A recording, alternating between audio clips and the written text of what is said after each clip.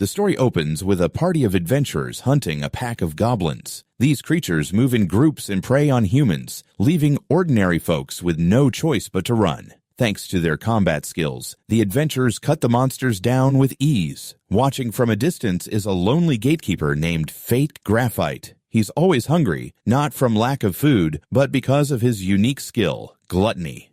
On the surface, it seems useless, doing nothing except drowning him in endless hunger. That afternoon, 3 holy knights from the House of Berserk return from a hunt. They're known not for courage, but for arrogance. When an old man drops an orange at their feet, Raphael Berserk beats him without mercy, and his sister Melia threatens to behead him for disrespecting a holy knight. Everyone burns with anger, but no one dares to intervene. Soon after, the brothers reach the city gate, where Fate is on duty. They'd hired him to guard the gate for them, and now they've come to pay him. Instead of handing him the coin, Raphael tosses it to the ground and orders him to pick it up. It isn't payment, it's humiliation. Fate stays silent. He knows this world splits people in two. Those blessed by the gods with powerful skills who rise to glory, and those like him, powerless, forced to endure. Just then, a young female knight arrives. Roxy Hart. Calm but firm, she steps in and tells Raphael to stop. Treating citizens like that, she says, is unacceptable. After a tense pause, the Berserk Knights walk away. To Fate, Roxy feels like an angel.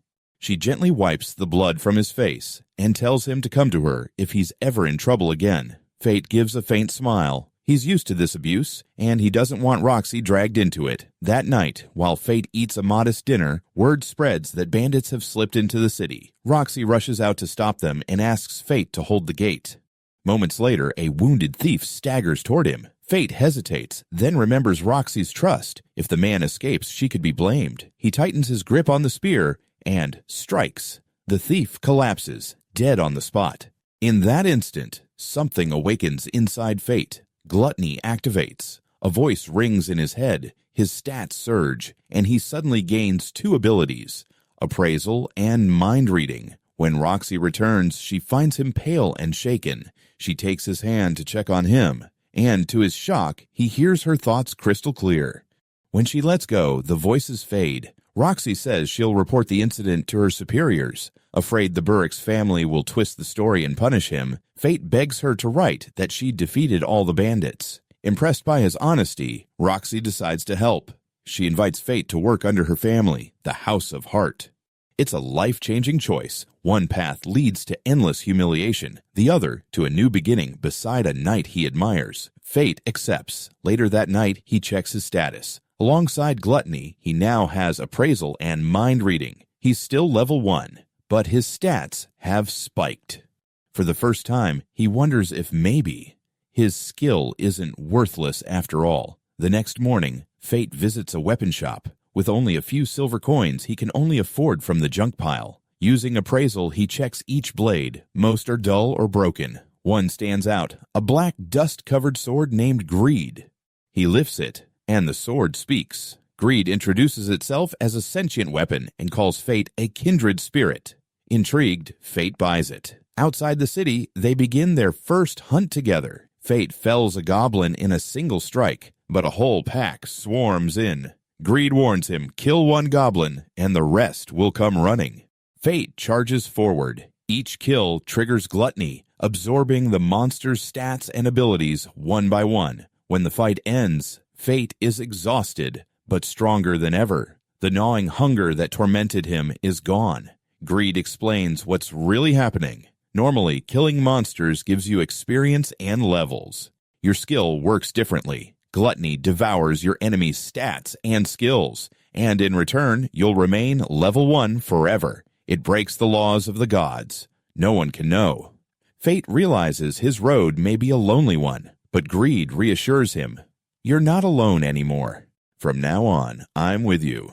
Before heading back, Greed reminds him to collect goblin ears for a bounty. Fate turns in 38 pairs and earns 3 silver coins. He's about to finally treat himself to a real meal, but Greed insists on polishing his blade first. On the way to the smithy, Fate bumps into a shady man dragging a small girl. When her hand brushes his, a faint voice echoes in his mind. a cry for help. He quickly uses appraisal on the man but gets nothing. Greed warns the man must have a hidden skill. Even so, Fate can't ignore what he heard. He follows them into a dark alley and overhears the man planning to sell the girl to the Holy Knights as their toy. Watching him hit her, Fate's anger boils. Greed cautions him one last time. That one's dangerous. Think carefully before you strike. At a small orphanage, an elderly nun teaches the children to be thankful for the blessing of skills given by the gods. According to her, before disappearing from the world, the Creator granted every human a special power, a skill, and that was his final gift. But one curious boy dares to question her. If God is really fair, why do only knights and soldiers get strong skills, while ordinary people are left with weak ones? He wishes for a world without skills or monsters, where everyone could live as equals. Just then, terrible news spreads. A little girl named Sahara has gone missing. In truth, she's been kidnapped by Qasim Black, who plans to sell her to the Holy Knights for their twisted entertainment. As Sahara trembles in fear, Fate Graphite appears, freeing her from her chains and comforting her. Moments later, Qasim returns, mocking Fate for playing the hero. Greed, the talking sword, quickly advises, pretend to retreat, lure him into a narrow spot, then strike back. Fate draws Qasim into a storage room, knocks over a pile of crates, and charges the moment Qasim loses balance, slicing across his face. Furious, Qasim activates his weapon enhancement skill, his blade glowing with deadly power. Greed warns, he's strong, finish him fast. Fate leaps forward, breaks Qasim's sword, and lands a critical strike that brings him down. Under the pain, Qasim finally confesses he was hired by Hado Vlerick, one of the Holy Knights who once tormented Fate.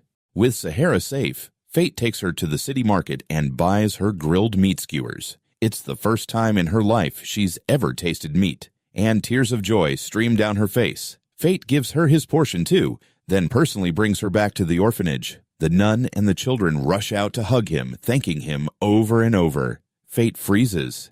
It's the first time anyone has ever thanked him. He smiles softly and says, "My skill brings me nothing but trouble. But as long as you keep smiling, happiness will come." It's the same line his father once told him. And now, he passes it on to Sahara, hoping she'll grow stronger. After the fight, Gluttony absorbs Qasim's one-handed sword technique. Greed points out, if he'd finished that move, you'd be dead by now. Realizing his win came from luck, Fate vows to train harder. He also buys new clothes because tomorrow will be his first day working for Roxy Hart. At a local tavern, people gossip about tragedy. Roxy's father, a powerful holy knight, was slain on the continent of Gallia, wiped out by a rampaging heavenly dragon. Roxy will soon inherit the title of head of the Hart family, and the townsfolk fear that without her father's authority, no one will be able to restrain the holy knight's cruelty. Only the tavern owner keeps faith, believing Fate might be the one to help Roxy uphold her family's honor. The next morning, Fate arrives at the Hart estate. The mansion is enormous, and Roxy, dressed in a simple yet elegant outfit, leaves him momentarily speechless. Before her father's grave, she introduces Fate as her new servant. Learning that her father fell in battle against monsters in Gallia, Fate promises to serve her with all his heart. He avoids shaking her hand, afraid he might accidentally activate mind reading. Roxy assigns Haru, the head maid, to teach Fate the household rules. At first, everyone thinks he's strange, talking to his sword and eating non-stop without ever feeling full. Fate just laughs it off, saying he's still growing, hiding the truth about Gluttony. A week later, Roxy calls him out to the garden. Her gentle voice, so familiar, reminds Fate of his late father. But before he can respond, his body collapses. When he wakes up, Fate finds himself in his room with a letter from Roxy, telling him to rest for a day. Puzzled, he asks Greed what's happening. Greed explains, once Gluttony has tasted souls, the hunger never stops. If you don't feed it regularly, you'll lose control and go mad. The red glow in Fate's eyes is a sign of hunger boost, a state where his hunting instincts explode, forcing him to seek prey. That night, Fate goes out into the wilderness. He slaughters countless goblins and hobgoblins, but the hunger refuses to fade. Driven deeper into the forest of greater goblins, he encounters the Goblin King. Using appraisal, he learns the creature has auto-regeneration. Seeing it feast on human flesh makes him hesitate, but greed's voice guides him forward. Fate strikes, severing its arm, pressing the attack until the monster falls. Gluttony activates, granting him a massive stat boost and a new ability, health regeneration. Afterward, greed tells him he can evolve into his first advanced form if Fate sacrifices part of his new stats.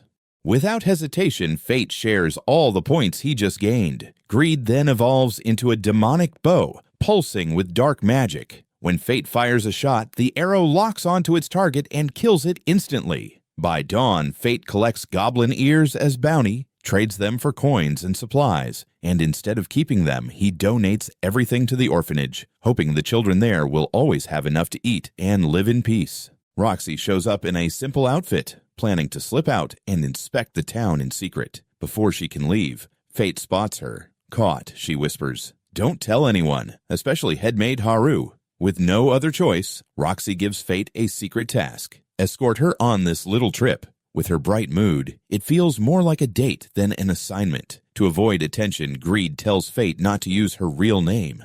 Roxy agrees to go by another name while they're outside. They stroll through the central market, where produce and fruit from the Heart territory are on display. Roxy asks the vendor for 2 grapes so they can taste them together. When Fate compliments the flavor, she proudly blurts out that the grapes are from her family's own stock, almost exposing herself. Greed nudges Fate, and he quickly covers for her. No one suspects a thing. Suddenly, the market stirs. A holy knight arrives, swaggering like the Vlerick lot. As he passes, he hears Fate's stomach growl and picks a fight. Not wanting a scene, Fate kneels and apologizes. The knight raises his foot to kick, but Roxy steps in and stops him. He studies her face. People in the crowd start whispering, "Isn't that Roxy Hart?" Greed whispers a plan, pretend to be a couple. Roxy squeezes Fate's hand and plays along. It's awkward, but it works. The knight backs off, the crowd disperses, and they exhale in relief. With her hand still in his, Fate accidentally catches Roxy's quick, fluttering thoughts through mind reading. Blushing, she suggests they keep inspecting the town, though now it really looks like a date. On the way, Roxy stops at a jewelry shop. A few rough ore stones catch her eye. The owner says you have to crack them open to see if there's a gem inside. Fate uses appraisal and finds they're all common rock with no value. He glances at Roxy. Right now, she looks like any gentle girl, not a stern holy knight. The shopkeeper mistakes them for lovers, which makes Fate blush, while Roxy just smiles. They leave without buying anything. Soon, a rumor sweeps the square. Goblins have been slaughtered in large numbers, and a pile of goblin ears was left at the orphanage. Since Roxy is investigating this case, she asks around, but no one has details. Fate takes her to his usual tavern for better information. The owner is surprised Fate is still in one piece. Fate introduces Roxy as his senior at work. The owner jokes that she must be Fate's girlfriend. Startled, Roxy crushes the cup in her hand, but the owner doesn't notice. Talking through the goblin killings, Roxy worries a wild monster may have appeared, scaring merchant caravans off the plains. Fate breaks a sweat. The monster they're talking about is him. Just then, Fate's acquaintance Otto shows up and says the culprit might be something called a lich. The Holy Knights are planning a subjugation mission, and Roxy will be on the team. Greed warns Fate he isn't ready to take on the Knights, and under no circumstances can Roxy learn the truth about him. A band of nomad fighters barges into the tavern. One reaches for Roxy. She gives him a light shove, and he sails into the wall. Everyone freezes. They realize she's a Holy Knight. Roxy doesn't hide it anymore. She removes her headgear and lets her hair fall, revealing who she is. They drop to their knees and beg forgiveness. Roxy doesn't scold them. She simply says that she and her father dreamed of a world where people can laugh and talk without fear. Fate is moved. He quietly vows to follow her until that dream comes true. They stop by a forge to freshen up Greed. After a careful polish, the sword gleams with new life. On the way back, Roxy learns the Vlerick brothers hid the subjugation mission from her on purpose. Down a side street, they catch those knights bullying a small boy. At Roxy's signal, Fate steps in and frees the child. With Roxy beside him, he isn't afraid anymore. Roxy confronts Raphael Vlerick about the cover-up. He claims they kept quiet because she was still mourning her father, When the knights leave, the boy bursts into tears, calling holy knights nothing but bullies. Roxy feels responsible and apologizes to him. Seeing he's lost his mother, she and Fate take him around the market. Fate buys 3 skewers so they can share. Watching Roxy laugh with the child, Fate remembers a kind holy knight who helped him 5 years ago and wonders if it was her. By evening, they reunite the boy with his mother. Seeing Roxy's gentle smile, Fate feels a familiar warmth. It's getting late. They hurry back before Haru scolds them. "If we get scolded," Roxy murmurs, "stand beside me." They bow their heads and apologize together at the estate. That night, Fate thinks about joining the subjugation without being recognized. Greed suggests a perception-dampening mask, something that blurs his identity to onlookers. On the way, Fate also buys a piece of ore he already checked with appraisal as a thank-you gift for Roxy. When she cracks it open, there's a real gemstone inside. She beams and promises to treasure it. Meanwhile, the Holy Knights hold a closed-door meeting without Roxy. They discuss a campaign to the monster continent of Gallia, a march toward the fate waiting for all of them, and for Fate. That night, adventurers were thrown into confusion. Every goblin nest around the forest had been wiped out, as if the species had gone extinct overnight. Whispers spread like wildfire. This had to be the work of a wild monster known as Lich, but the truth was far different. It was Fate. Wearing a perception-blocking mask, he deliberately let others mistake him for a monster. His goal was simple: gain more stats before the Holy Knights arrived and make sure no one recognized him. When morning came, Fate returned to his normal identity as a servant of House Heart. Roxy soon invited him on another secret mission, a quiet inspection of the farmland within her family's territory. At first, Fate thought it would just be a casual vineyard visit, but after a short tour, Roxy brought him to meet her ailing mother, Aisha. Though frail, Aisha still walked to the door to greet her daughter, a sight that filled Roxy with worry. In front of her mother, Roxy introduced Fate as a new house servant. From the first moment, both Fate and Greed could sense the woman's kindness. Then Aisha gently called Fate closer and asked almost teasingly, "Do you like Roxy?" The sudden question made both of them blush. Fate answered sincerely. He admired Roxy deeply and would dedicate his life to serving her.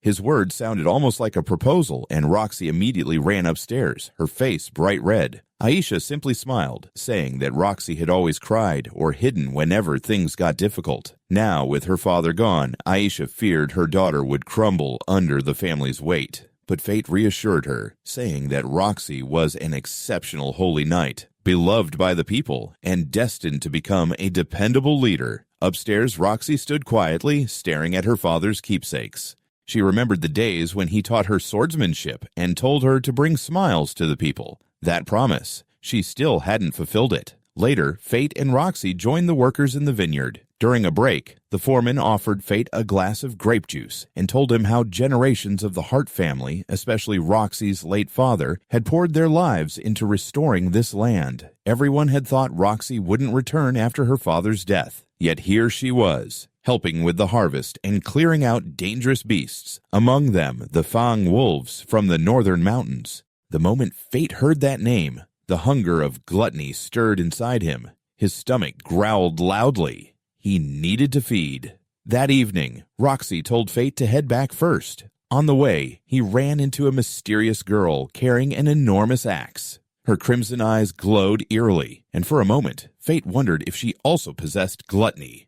But when he used appraisal, he found nothing, no stats, no information. The girl simply said, "I'll leave the Fang wolves to you today," then disappeared into the distance. Greed had no idea who she was. Later, when Fate told Roxy, she speculated that the girl looked like someone from Gallia, a once powerful kingdom wiped out by monsters, its people believed to be extinct. On their way back, Fate asked if Roxy could really handle the extermination alone. She smiled confidently and said she could manage, then accidentally dropped her grape basket. Both knelt down to pick it up, their hands brushing together as they shared a quiet laugh. The next morning, disaster struck. The vineyard was in ruins, trampled and shredded. Footprints and claw marks confirmed that the Fang wolves had attacked overnight.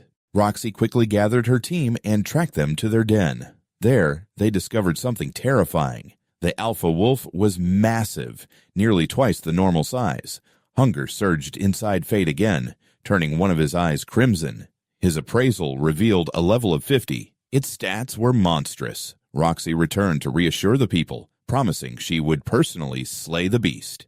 But Greed knew the truth. There was no way she could win alone. He turned to Fate and asked, "What will you do?" Fate didn't hesitate. He would not stand by while Roxy's land was threatened. That night, Fate returned to the wolf's lair with Greed. As the alpha emerged, Fate transformed Greed into a bow and began firing from a distance, taking down wolf after wolf with precision. Each kill fed Gluttony, absorbing the stats of the fallen, but the alpha was clever. It used its own pack as shields, forcing Fate into close combat. Rushing forward, Fate barely dodged a devastating shockwave attack that could have crushed his insides. He dropped into the stream, pretending to fall unconscious. Then, in one swift motion, he sprang up, sliced off a wolf's foreleg, and stabbed another straight through the jaw.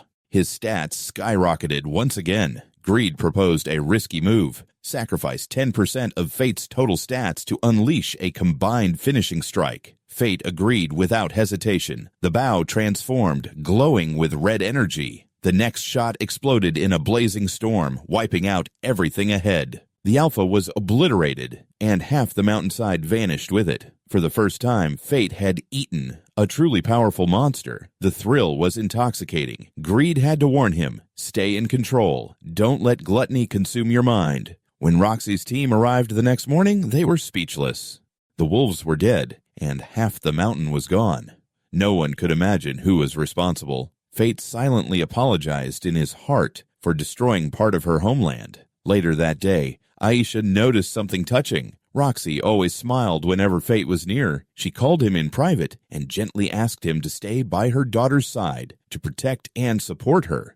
With Aisha's health fading fast, Fate couldn't refuse. He promised to help Roxy fulfill her mother's wish, to be a holy knight who brings happiness to others. But deep down, Fate wondered how long he could stay beside her. He was still hiding his true power from the world. Ordinary monsters no longer satisfied Gluttony.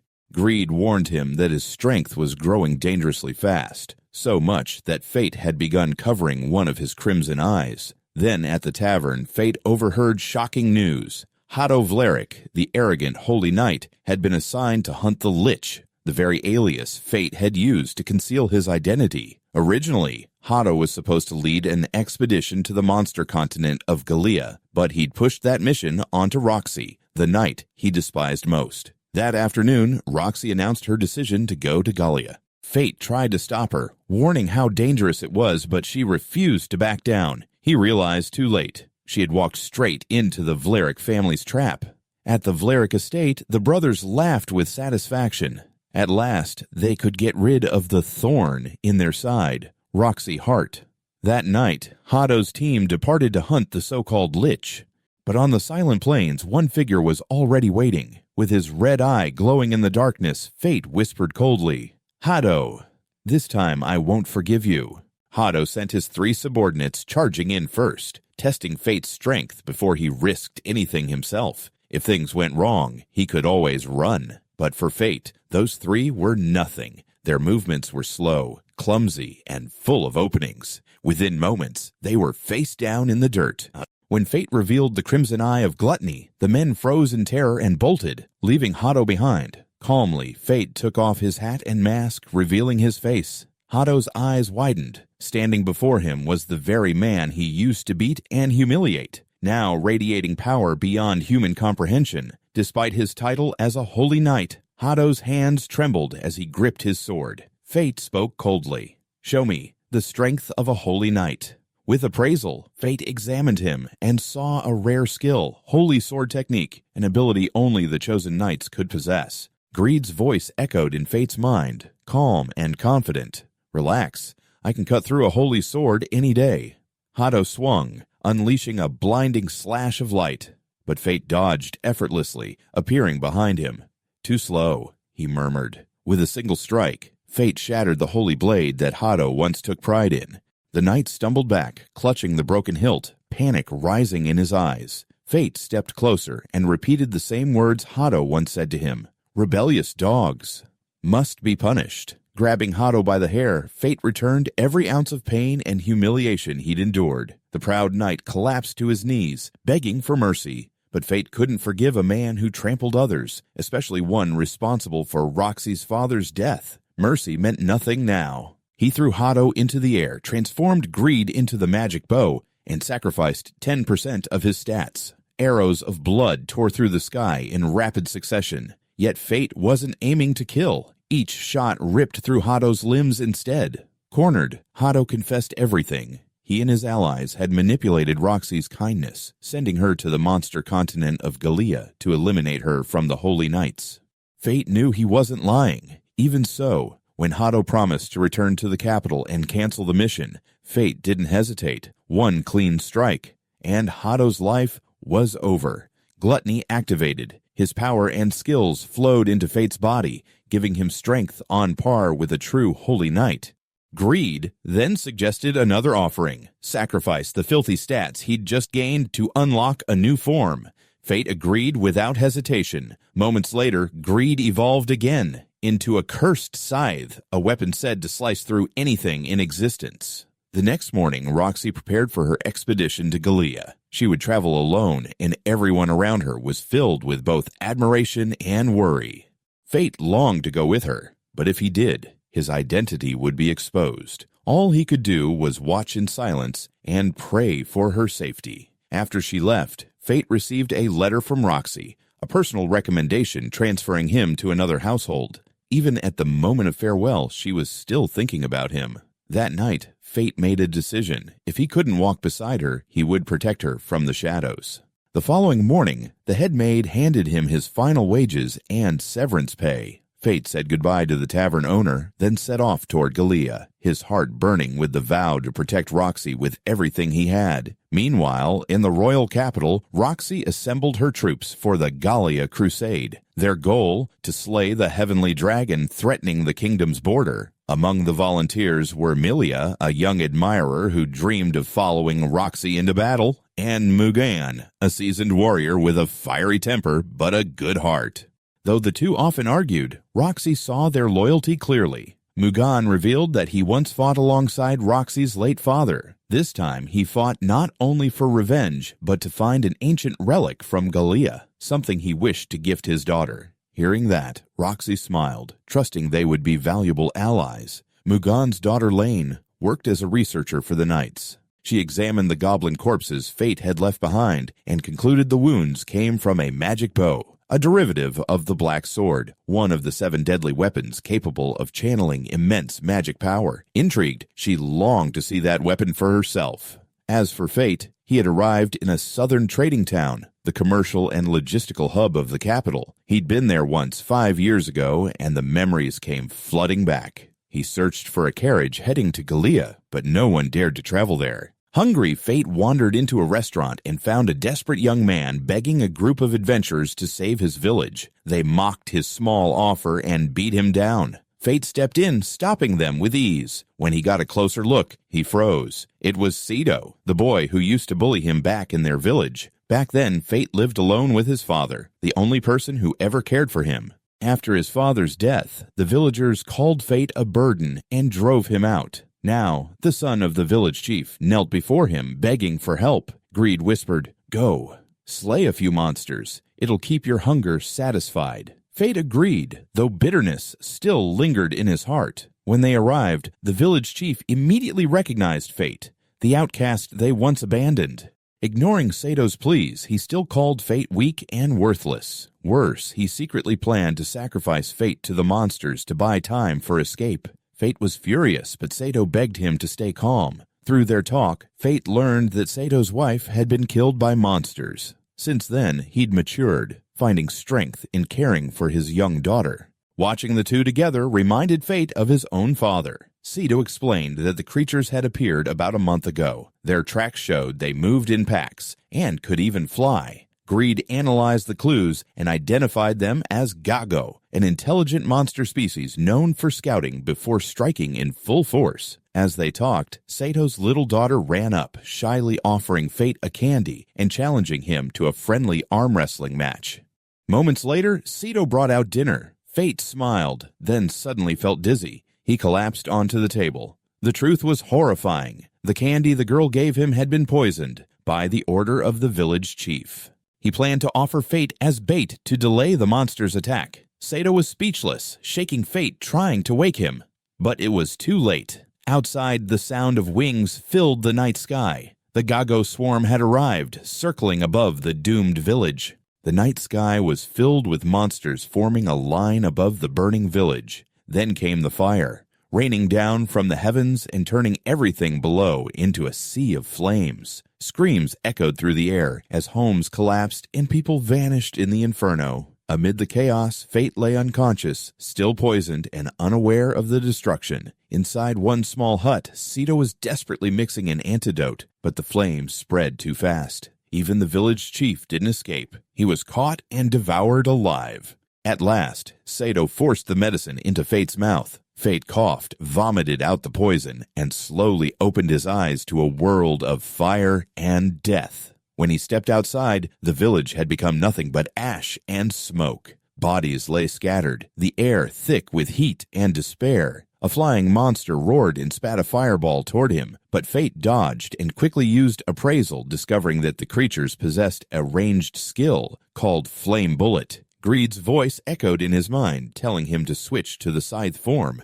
Fate obeyed, transforming his sword into a massive dark blade. One swing sliced through the fireball, but the flames only grew stronger. The monsters began charging a massive blast, their wings glowing bright red. Fate hurled his scythe through the blaze, cutting down several at once before it returned to his hand. Gluttony activated, absorbing their skills and strength. Only the leader remained. Greed warned him to stay alert, as the beast was coming in close. The moment it dove, Fate charged straight at it, and their paths crossed in midair. With a single clean strike, he split the creature's skull in two. Gluttony triggered again, granting him fire resistance. The night fell silent. The battle was over, yet victory felt hollow because the village was gone, and only ashes remained. Fate turned to Sato, telling him that the land was dead and he should take his daughter somewhere safe. Sato agreed, but before leaving he smiled and said, "Come on, hit me once for old time's sake." Greed laughed and told Fate to do it. The punch landed hard and both men burst into laughter. Fate told Sato to take good care of his daughter, then quietly walked away. Before leaving the ruins, he stopped by his old home and visited his father's grave. The village was gone, but the memories stayed. He whispered a soft goodbye and moved on. Meanwhile, Roxy's expedition neared the Lanchester territory to resupply, while Fate took a small escort job protecting a merchant for 3 gold coins. The journey seemed peaceful until a group of bandits blocked the road. The terrified merchant clung to Fate so tightly that he couldn't even draw his sword. Suddenly, a giant axe crashed down from the sky, launching the bandits into the air. The one holding the weapon was none other than Mai, the axe-wielding warrior Fate met before. She said she'd come to collect the debt from the Fang Wolves. Grateful, the merchant invited her to ride along, but her axe was so heavy that the wagon tilted to one side. During the trip, Mai revealed that she knew Fate was the wielder of Gluttony because she too carried one of the 7 deadly sins. She even recognized Greed's voice and admitted that her stomach was always growling, just like his. Fate handed her some dried meat, but she devoured the entire bag in seconds. When he checked, not a single piece remained. Later, they arrived in Lanchester, where they witnessed a ridiculous scene. A young girl being chased by ghosts, only for a flashy knight to show up, defeat them easily, and pose like a hero. The merchant whispered that this knight was Rudo, Lord of Lanchester, who was preparing to welcome Roxy's army. Mai was exhausted, so Fate carried her on his back to find an inn. As they walked through the city, Fate noticed something strange. Every citizen, soldier, and even shopkeeper had a small mark on the back of their neck, each one different. Greed guessed it was a ranking system, but Fate felt something darker behind it. His suspicion was right. Rudo was cruel and arrogant. Behind closed doors, he executed 2 soldiers simply because they failed to spread his greatness. He cared more about his pride than human life. It was the kind of tyranny that made Fate quietly tighten his grip on Greed's hilt. That night, at the inn, Greed revealed that he once knew Slot, the sentient axe that Mai carried. It was one of the 7 deadly weapons, each representing a sin: gluttony, wrath, greed, sloth, lust, envy, and pride. Among them, gluttony was said to be the most dangerous, powerful enough to defy the gods themselves. Fate wondered if his endless hunger was a punishment for that sin. Greed replied, "All power demands a price. Even Mai carries hers." But Fate couldn't shake the guilt.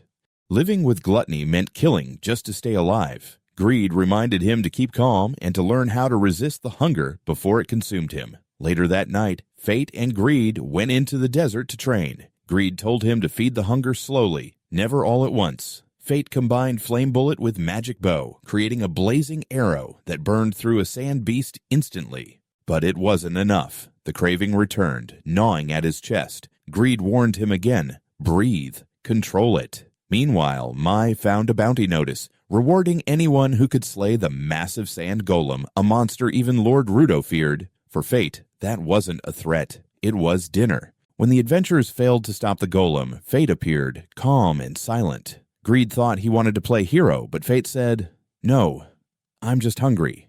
He fired his bow, then switched to the black sword for close combat. The golem's magic sandstorm skill created a deadly vortex that could crush anything inside. Fate switched to the cursed scythe, cutting through the sandstorm with one massive strike. The golem's core panicked and tried to escape underground, but Fate sacrificed part of his stats and merged fire with magic bow to unleash a giant flaming arrow. The explosion tore through the desert, wiping the golem out completely. Gluttony absorbed its power, and the adventurers stared in awe. They asked why he carried so little gear, and Greed's voice came with a smirk. With Gluttony, what else would he need? Later, Fate returned to the inn, only to walk in on Mai just out of the bath, wrapped in nothing but a towel. She didn't mind, but he definitely did.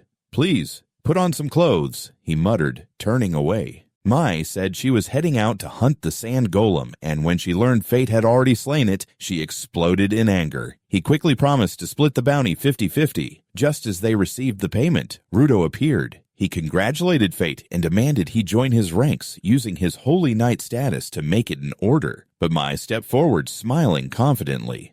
"Too late," she said. "He already works for me." Then she swung her axe, sending Rudo flying straight into the sky. Fate froze for a moment, speechless, then grabbed Mai's arm, and the two ran out of the city before the guards even knew what happened.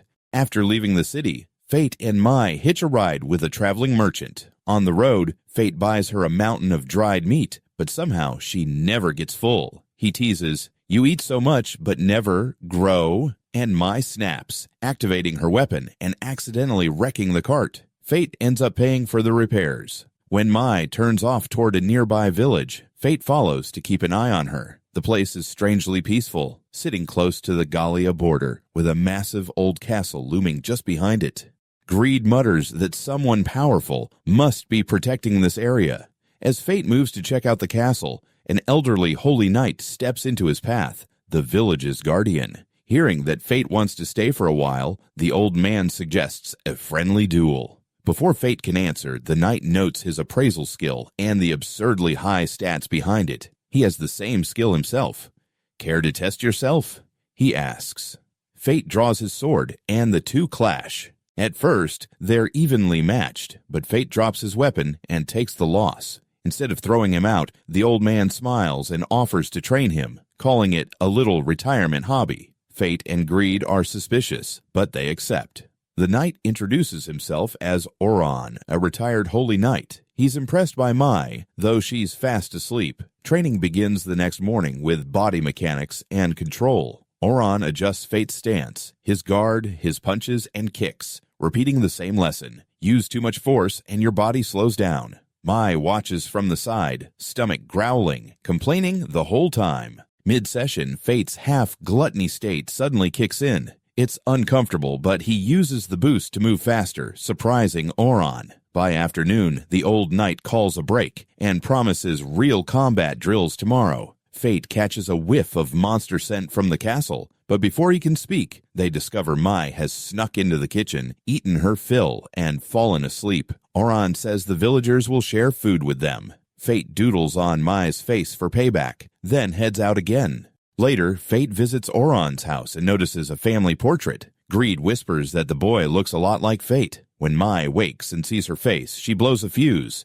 Fate just heads out for round 2 of training. This time, Oron gives Fate only a stick while he uses a holy sword. As steel flickers close, fate redirects it with a precise, minimal push, clean control, no wasted strength. Oron nods, impressed by how quickly he's improving. Mai stomps over and draws circles on Fate's upper lip for revenge. That night, Fate thanks Oron and says he'll leave in the morning. Mai, still eating, barely listens. Between bites, Mai admits she can't taste anything. Food is just fuel. It's the price of wrath, her deadly sin. Greed reminds Fate that every sin power demands a cost. Oron gazes at the castle and finally tells his story. 15 years ago, it was his home.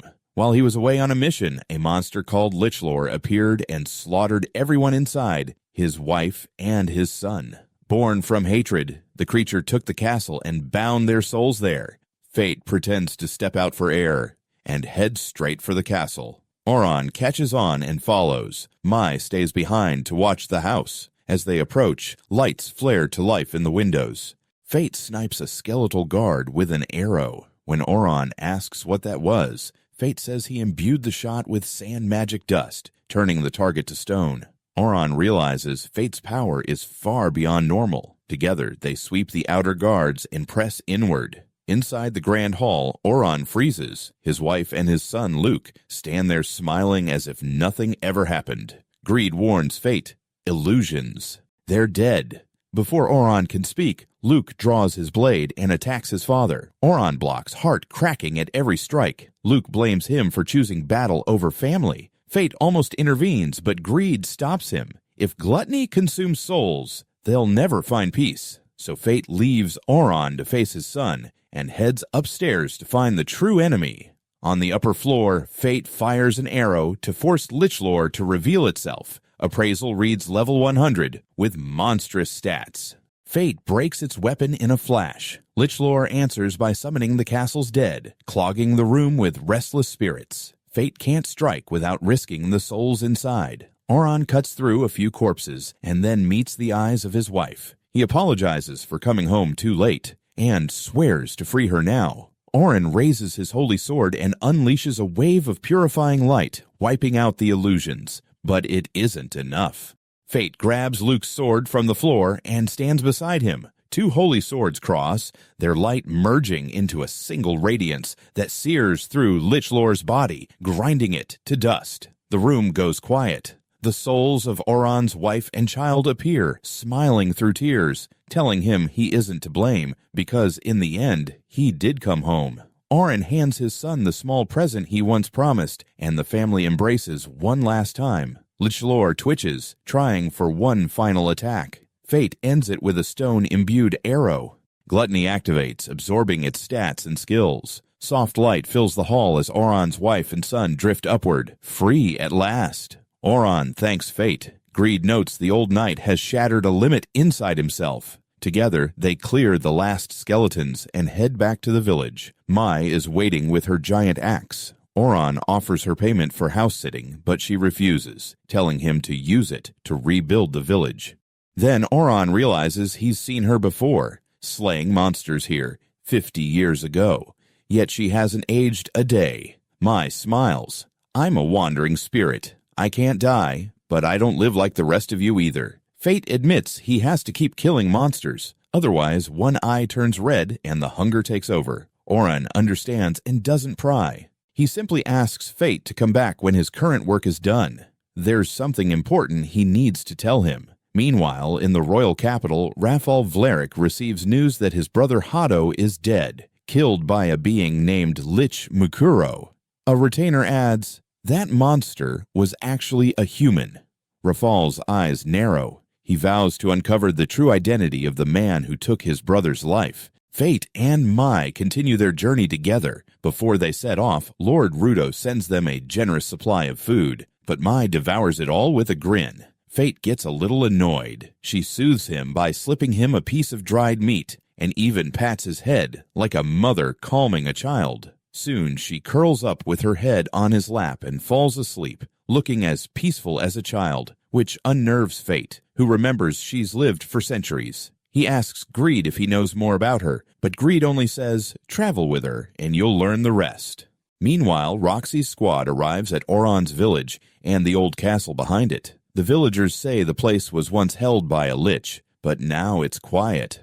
Or at least calmer than before. Oron greets Roxy warmly and reveals he was close to her parents. He even helped name her. He admits the lich was defeated, but not by him alone. Someone else helped, though that person left that very morning. Fate had asked Oron to keep his presence secret, so Oron refuses to name the stranger. He also suspects the Vlarik family may be manipulating events, but Roxy insists she will press on regardless. Fate and Mai reach a ruined city, Mai's birthplace. She claims she was taken to Gallia the moment she was born, which shocks Fate. Gallia was supposedly destroyed 4,000 years ago. Deeper inside, they discover a giant chrysalis. Greed identifies it as a chimera cocoon, an ancient Gallia bioweapon. Fate's appraisal shows enormous raw stats, but no readable skills, a malformed threat in embryo form. Mai says this is the perfect time to destroy it while it's still immature, and asks Fate to help with his gluttony power.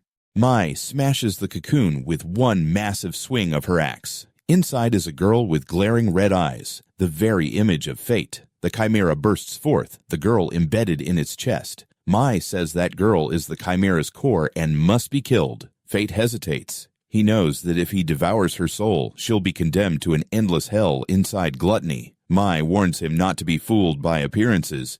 It is a monster. The chimera lashes out, spewing molten lava, and the two scramble to avoid the inferno. Mai cleaves through lava with a single swing and severs one of the chimera's arms. Fate nails its limb with a magic arrow to hold it, but the creature regenerates instantly and evolves into its adult form, sprouting 4 massive wings. Mai tells Fate to stay behind her, leaving him feeling awkward and exposed. To gain the edge, Fate forces his half-gluttony state to the surface. The pain is intense, but his speed surges. Spines fly. Mai blocks them while Fate counters with a barrage of magic arrows. Working together, they strike. Fate sacrifices 10% of his power to fire a petrifying sand arrow, freezing the chimera in place. Mai pours her full strength into one decisive blow and severs its legs, forcing the beast to erect a recovery barrier. Fate switches to his scythe form and slashes the barrier's weak point, but the core retaliates, launching a volley of quills skyward.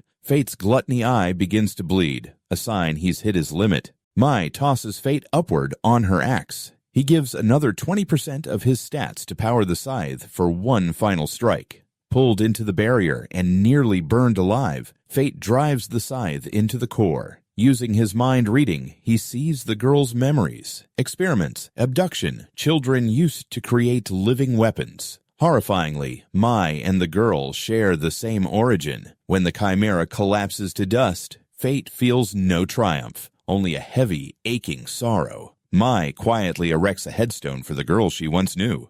Mai tells Fate the truth plainly. Once a person becomes a chimera, death is the only mercy. If they survive, they become a plague on the world. Fate is shaken and admits a terrifying thought, that he might one day lose control too.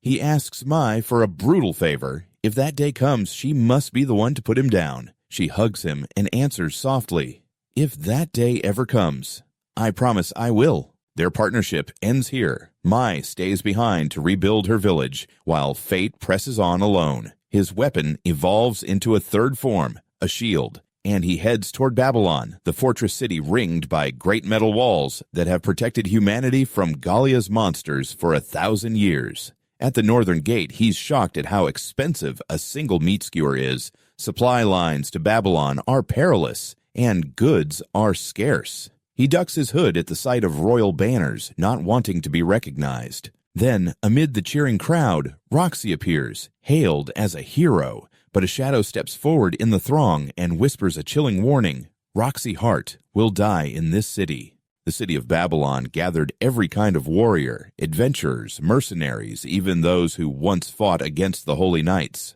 For Fate, it was the perfect place to start over. Babylon devoted all its power to fighting the monsters spilling out from Gallia. Elsewhere, Roxy prepared to team up with a young man named Nother, the same soldier who once fought beside her father during his final battle. Though he couldn't save him, Roxy held no grudge. Instead, she wanted to join forces to protect others. Melia, however, looked clearly jealous, convinced Nother was trying to flirt with Roxy. Roxy just smiled, told everyone to stay focused, and went out to inspect the town. Meanwhile, Fate was broke again. Yet greed kept nagging him to buy a new scabbard. The blacksmith seemed trustworthy, so Fate asked for a custom one. But the moment the man saw Greed's badass sword, he demanded 500 gold. Fate nearly fainted and left immediately. He decided to hunt monsters outside the city to make some money. A group of adventurers invited him to tag along, but Fate refused. He preferred to work alone. Seeing his ragged outfit, they mocked him. He ignored them and headed toward the toxic borderland separating Babylon from Gallia. The air there was thick with poisonous moss spores. Greed warned him not to breathe too much, or his lungs would literally start growing mold. Soon, Fate spotted a pack of 50 orcs, well-coordinated and moving like trained soldiers. He planned to test Auron's sword techniques on them, but those same adventurers charged in first, stealing his targets. Fate sighed and stepped aside, until a second horde appeared. That's when he drew his weapon and charged. Greed's shield form could block both physical and magical attacks, and every bash shattered an orc into bloody chunks. "This is basically minced meat now," Greed joked. Fate collected plenty of stats, but Gluttony barely reacted. The weak prey just couldn't compare to the chimera he'd slain before. When he returned to the guild carrying 2 full bags of orc ears, jaws dropped. Even the receptionist stared in disbelief. No one had ever brought back that many at once. Then the one-eyed adventurer stormed in, accusing Fate of stealing his kills. Fate snapped his arm in one smooth motion. His friends lunged at once, trying to mob him. But within seconds, all of them were flat on the ground. One poor guy got kicked so hard he could barely breathe. As Fate was collecting his reward, Roxy entered the guild. Still wearing his mask, he stayed silent. After hearing the report, Roxy confirmed that Fate had acted in self-defense. She admitted the city's security was still unstable, so she wouldn't punish him, only lock up the rowdy adventurers for a day. Fate glanced at Roxy and realized something. He now stood eye to eye with her,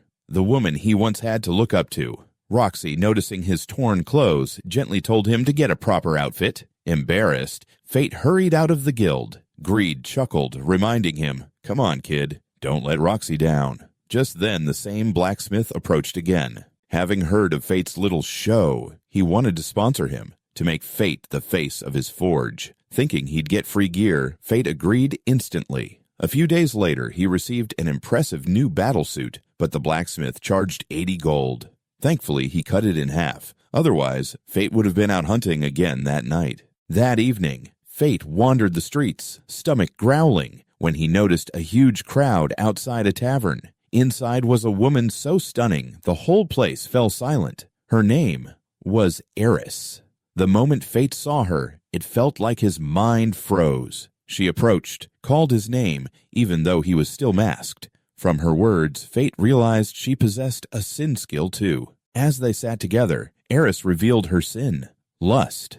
Anyone caught in her charm would fall hopelessly in love with her. And even Fate struggled to keep control. She smiled playfully, fully aware of her effect. Eris explained that she'd been watching Fate since his days in the royal capital, wanting to meet him, but trusting Fate, literally, to bring them together. When he asked about Mai, Eris said she knew her, but they were never close. "Flat girls like her usually hate women with curves like mine," she teased with a wink. Then her tone shifted. Eris thanked Fate for helping defeat the Chimera and warned that many more like it still lurked in Gallia. The Holy Knights, she said, were far too weak to handle them. Finally, she revealed her true identity, not just a sinner, but the guardian of the kingdom. Everything she did, she claimed, was for its survival. Her plan, she said, would bring prosperity for the next 1,000 years. But at a terrible cost: the death of Roxy Hart. Fate slammed his hand on the table, furious. Eris remained calm. She explained that every time monsters die, their hatred lingers in the world, eventually giving birth to stronger beings. Humans were the same. The cruelty of holy knights had filled people with resentment. Roxy, she said, was loved more than anyone. If she died, that sorrow and anger would be immense, and her soul would absorb it all, transforming into a new, divine protector strong enough to defend the kingdom forever. To Fate, it sounded monstrous. Not salvation, but sacrilege. Roxy was the light of the people. Her death would bring nothing but despair. But Eris's plan was already in motion. No matter who he had to face, Fate swore one thing. He would protect Roxy Hart, even if it meant defying destiny itself. After receiving news that her supply team had gone missing in a valley in Gallia, Roxy immediately ordered everyone to prepare for a rescue mission. At the same time, Fate stopped by the blacksmith's shop to commission a new scabbard worthy of his sword. The smith explained that he would need magic glass, a rare mineral found only in Gallia. Without hesitation, Fate decided to go find it himself, coincidentally heading to the very same place as Roxy. Upon reaching Gallia, Fate switched Greed into shield form, allowing him to defend and attack at once, crushing every monster that crossed his path. Meanwhile, Roxy's squad arrived in the same region, but their compass had stopped working, and heavy clouds made navigation impossible. Frustrated, Milia shook her fist at the sky, yelling at the useless clouds. Roxy stayed calm and suggested following the trail of orcs, since they often gathered in large valleys. That night, Fate camped under a rocky cliff. In his dream, he saw Luna, the girl inside the chimera he had slain. She tried to speak to him, but her voice faded. Suddenly, the dream twisted into a nightmare. The corpses of monsters he'd killed rose from the ground, dragging him down into the dark. Fate jolted awake, drenched in sweat, but his instincts screamed. Something was near. Activating his night vision, he spotted 4 salamander dragons flying straight toward him. He instantly transformed Greed into bow form, firing and wounding the first dragon. Yet strangely, instead of retreating, the entire pack charged forward, as if under someone's control. Back at Roxy's camp, a deafening roar split the night. The team was surrounded. Fire rained from all sides. One dragon lunged at Roxy, but Mugan blocked just in time. Milia countered with her flame sword, but her attack bounced off and she was thrown back, badly hurt. Then, Fate appeared, standing between the dragons and Roxy's squad. With every swing of his magic sword, he cut the beasts down effortlessly. His precision left everyone speechless. When the battle ended, Roxy thanked him sincerely, while Milia crossed her arms, only muttering a grudging thanks after Mugan nudged her.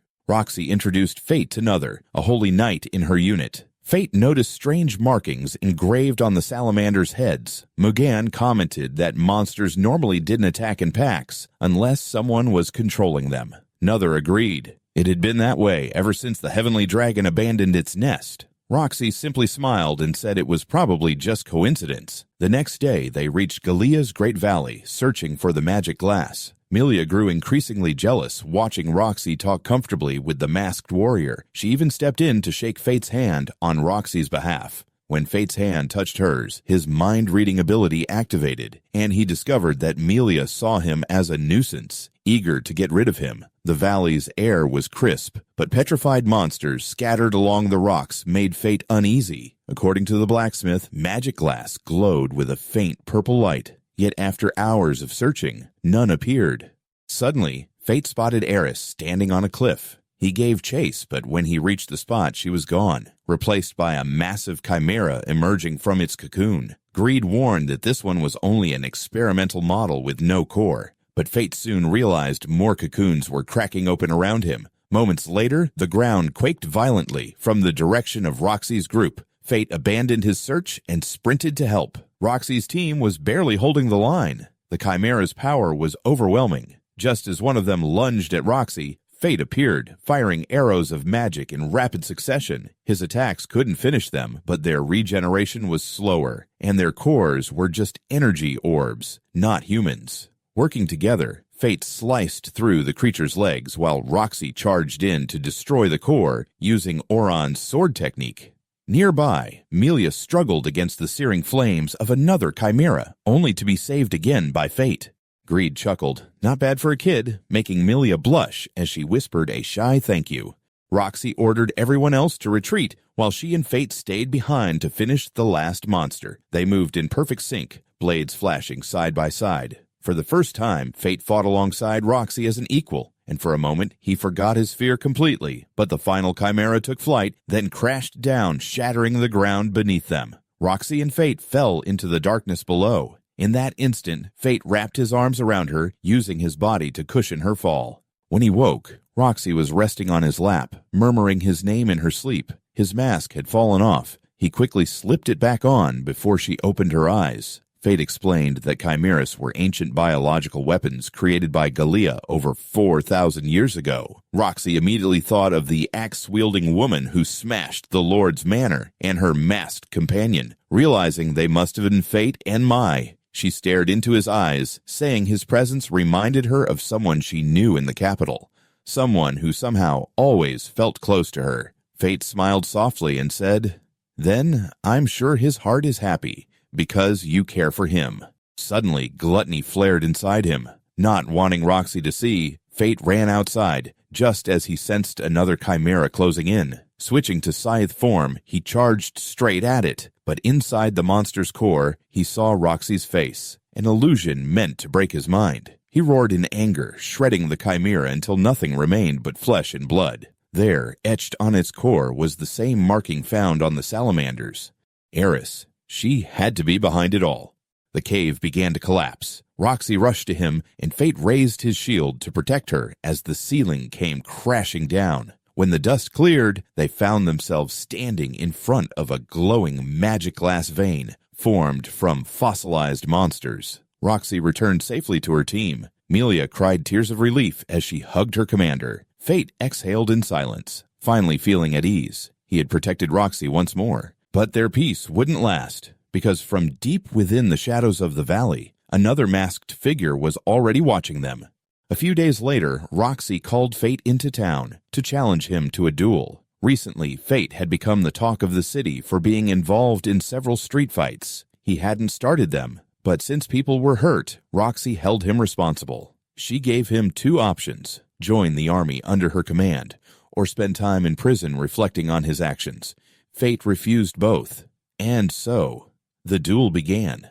Their blades clashed in a blur of sparks. Within moments, Roxy gained the upper hand. Her swordsmanship was sharp and precise, her thrusts so fast that Fate barely had time to dodge. A single strike grazed his face and cracked his mask. "If you don't want me to see who you really are," Roxy said coldly, "then stop holding back." Fate gritted his teeth and infused his sword with magic crystal energy, making it glow with power. Roxy's eyes widened.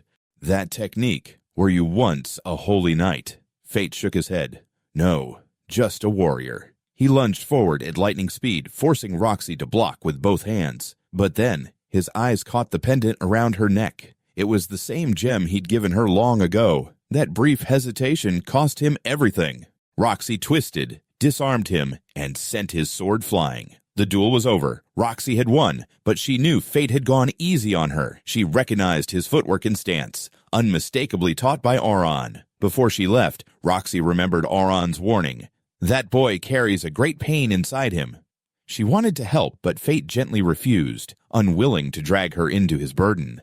Later, Mugain approached Fate. He explained that his family had studied lost Galian technology for generations, and his daughter, Lane, was a brilliant researcher. Fate offered to bring her pieces of the chimera they'd fought before, hoping to uncover new clues. But Mugain completely misunderstood, thinking Fate was trying to flirt with his daughter, and chased him off in embarrassment. Meanwhile, at her lab, Lane discovered that the scholar Raphael Vlarik was researching the Philosopher's Stone, a forbidden relic said to steal both body and mind from anyone who used it. She feared his obsession might doom him.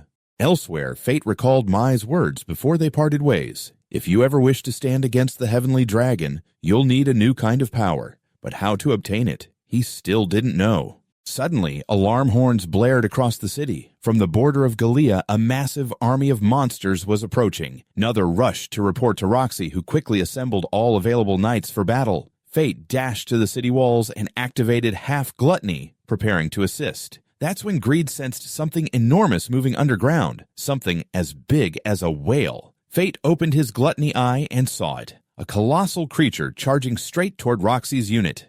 He switched Greed into bow form, recalling Auron's long-range breakthrough technique. The arrow tore through the earth and forced the creature to the surface, a massive, evolved slime. Strange markings pulsed across its body, the same sigils Fate had seen on the salamanders. When he used Appraisal, the result shocked him. All of its stats exceeded 10 million, a monster so powerful that even holy knights would hesitate to face it. Its abilities, acid rain, and corrosive magic.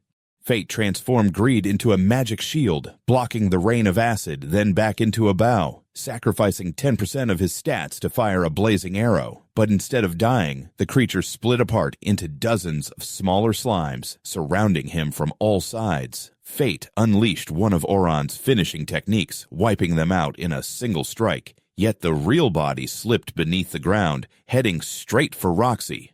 Fate sprinted after it, preparing a devastating shot. As soon as the slime surfaced, he aimed directly at its core and fired. The arrow hit true. Gluttony activated, transferring the monster's power into him. But unbelievably, the creature still stood. Then, from behind the dust, a masked figure appeared. He was controlling the slime with a sin weapon known as the Dark Gunblade. The creature could even divide its own core, and the masked man was feeding it power with every shot. One of the slimes swallowed Fate whole, but seconds later he walked out of the acid unharmed, his body now immune to corrosion. Fate fired multiple arrows, but none pierced the enemy's shield. Using appraisal, he realized the man's stats were at the absolute peak of humanity. Every normal attack was useless.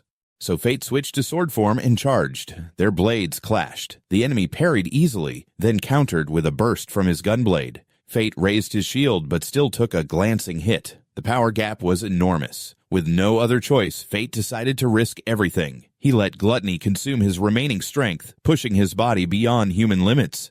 "Thank you," he said calmly. "Because of you, I know how far I have to go." Then he vanished, a blur of speed. Dust exploded, rocks shattered. He closed the distance, used the terrain to hide his movement, and in one perfect strike, sliced through the mask. The face beneath was Nother, Roxy's trusted comrade. Before Fate could even speak, Nother blew a shrill whistle. From above, the sky split open, and the legendary heavenly dragon descended, its roar shaking the battlefield. "If you want to save her," Nother smirked, "you've got 30 seconds.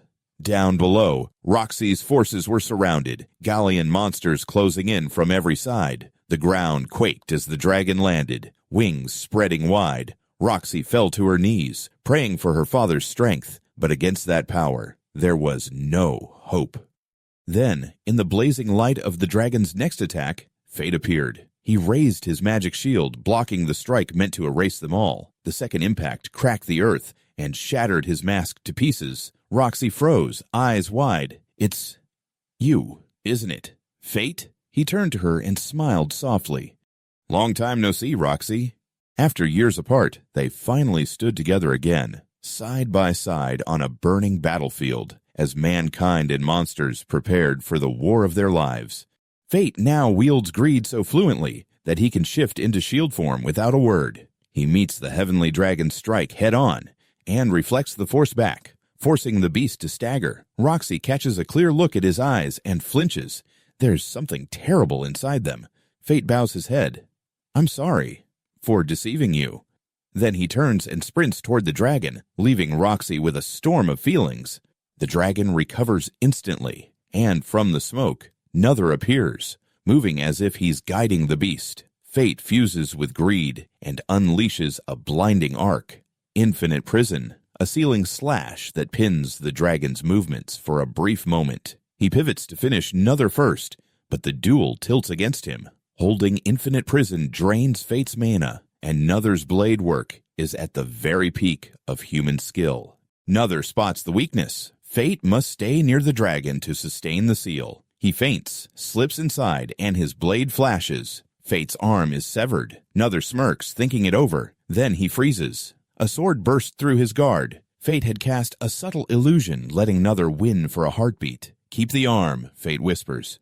"My gift, and your farewell." Gluttony activates, devouring Nother's stats and skills.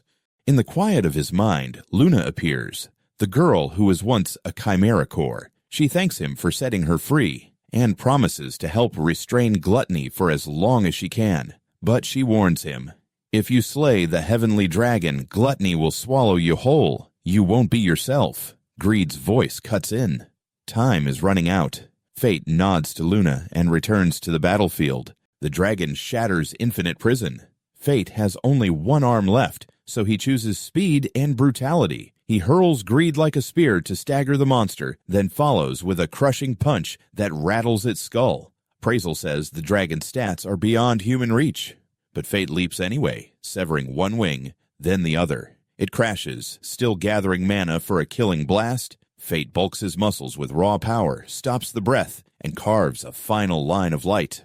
The heavenly dragon splits in two. Pain explodes through Fate's body. Gluttony surges, wild, hungry, endless. Before it devours him, he sacrifices a chunk of his own stats to forcibly evolve greed again, hoping to blunt the disaster he might become. That's when Mai arrives, axe in hand, honoring their pact. If Fate loses himself, she will end it. Her blade rises, and Roxy throws herself between them. Fate turns his face away, ashamed of what he's becoming. Through tears, Roxy says, "I don't hate you. Whatever power you carry, I will accept it, so don't abandon yourself." Something impossible happens. Her presence calms Gluttony. The storm recedes. Exhausted, Fate collapses, head resting in Roxy's lap. Mai lowers her axe and walks away in silence. Somewhere far off, Luna smiles. Fate has found the person most precious to him. The capital celebrates. The heavenly dragon is dead. Days pass. Fate wakes in a quiet room, his left arm gone but carefully bandaged. Eris steps from the doorway. "You slept for a week. And, yes, I brought greed back from Central Gallia. Mai had other business." She explains the truth. Nother wasn't acting of his own will. He was possessed by the sin weapon ENV. The dark gunblade. Sin weapons can't be destroyed. Mai simply hurled the cursed thing into the sky to get it away from everyone. Eris has seen Fate's true power. She wants his help to rebuild the kingdom and swears Roxy won't be a pawn again. "Bearers of sin have duties," she adds. "First, we get your arm back." Before Roxy returns, Eris urges them to move. Even hearing Roxy's name stirs Gluttony inside Fate. Back with her troops, Roxy slips away to visit him, a small bag of grapes in hand. She opens the door to an empty room and a letter. Fate apologizes for hiding Gluttony and promises he will return to her soon. Roxy closes her eyes and remembers the first time they met. The boy who feared holy knights because they beat him. The boy she apologized to. The boy whose growling stomach she fed with a simple meal. He had no family and nowhere to go, yet he believed he could still live in that city. That belief inspired Roxy to become a knight the people could love. She wipes her tears and vows, the next time they meet, she will be stronger. Elsewhere, Raphael Vlerick receives a report naming Fate as his brother's killer. He says nothing and returns to his lab. On the table lies the Philosopher's Stone. His next experiment is already aimed at Fate. Far from the city, Fate sacrifices 40% of his stats to trigger a brutal regeneration, and his lost arm begins to grow back. Then he parts ways with Mai and Eris in Gallia to continue his journey. Roxy and her expedition bid Babylon farewell and march for the capital, toward a future where power, guilt, and hope are all on a collision course.